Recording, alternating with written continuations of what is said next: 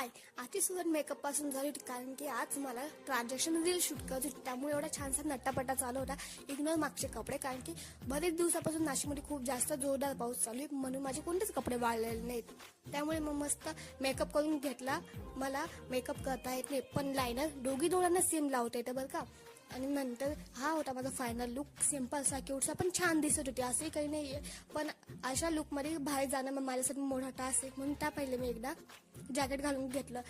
Uncomfortable नावाची पण एक गोष्ट असते, आणि ऑफिसला जायचं म्हणून पहिले जे जॅकेट घातलं. घरी येताना हा छानसा सनसेट झाला होता, कारण की खूप दिवसापासून पाऊसच चालू आहे, सनसेट बघायला दिसतच नाही तो. म्हणून आज फायनली एवढा छानसा सनसेट होता. घरी जाताना मी माझं सामान घेतलं स्टेशनरीमधून, कारण की आता मी अभ्यासाला लागणार, कारण की माझी एक्झाम खूप जास्त जवळ आलेली आहे. त्यामुळे संध्याकाळी हा चंद्र बघत बघत मी दिवस कधी संपला कळालंच नाही. भेटूया नेक्स्ट व्लॉगमध्ये. Bye bye.